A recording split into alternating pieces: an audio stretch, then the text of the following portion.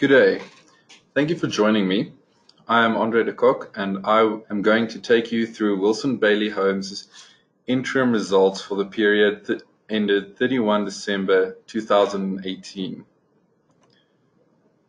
We recommend an overweight exposure to the counter.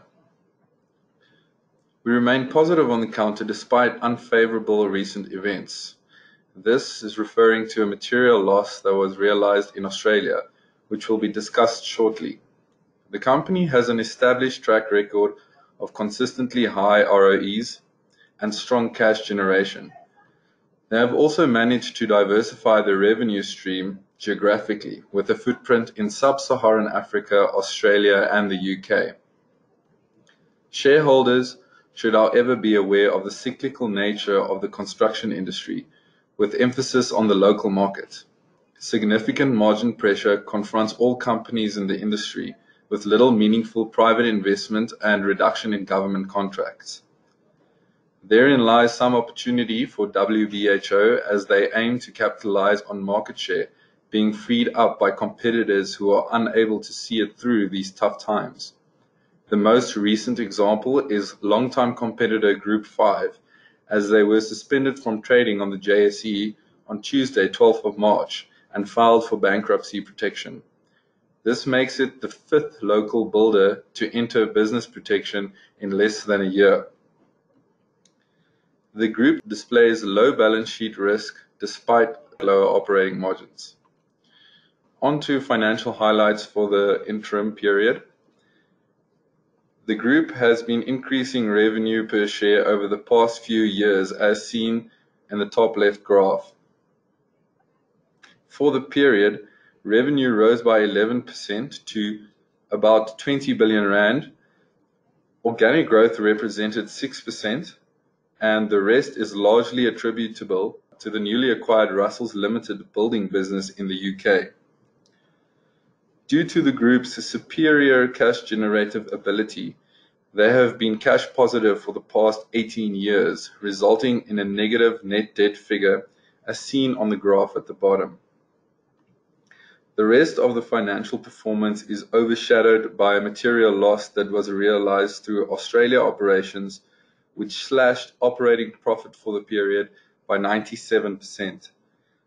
This specifically referring to the Western Roads upgrade project in Melbourne, which I will touch on in the next slide. Calculating operating profit without the material loss, the group's adjusted operating profit grew by 2% and with a margin of 2.4%, as seen in the graph on top right. The Western Roads upgrade project entails the widening and upgrade of several roads and intersections in the western suburbs of Melbourne. WBHO is the main contractor responsible for delivering the project. The root of the problem that caused the material loss was a misinterpretation of specifications stipulated in the contract. The misinterpretation caused them to underestimate physical work required to complete the project to specifications. In short, they tended far too cheap for the project. They subsequently brought out a trading statement in January disclosing the ordeal, stating that it would cause an 80% reduction in headline earnings per share and no dividend. This reflected in their interim results released in February. A quick review of divisional performance. The group reports in 4 major divisions. Building and civil engineering contributed 20% to group revenue. The order book for this division is up 6.7%. Most new work for this division is coming from increased mining activity in Zambia and sustained building activity in coastal regions of South Africa. Roads and earthworks contributed 13% to group revenue. The order book for this division has grown by 30%. Order book growth for this division is due to a number of recently procured large-scale projects, with most notably a fine ash dam and crude oil facility being built for Sasol in Saldanha. Australia operations contributed 53% to group revenue. Order book for this division is down by 10%, which is in line with the group's strategy to consolidate operations within this region.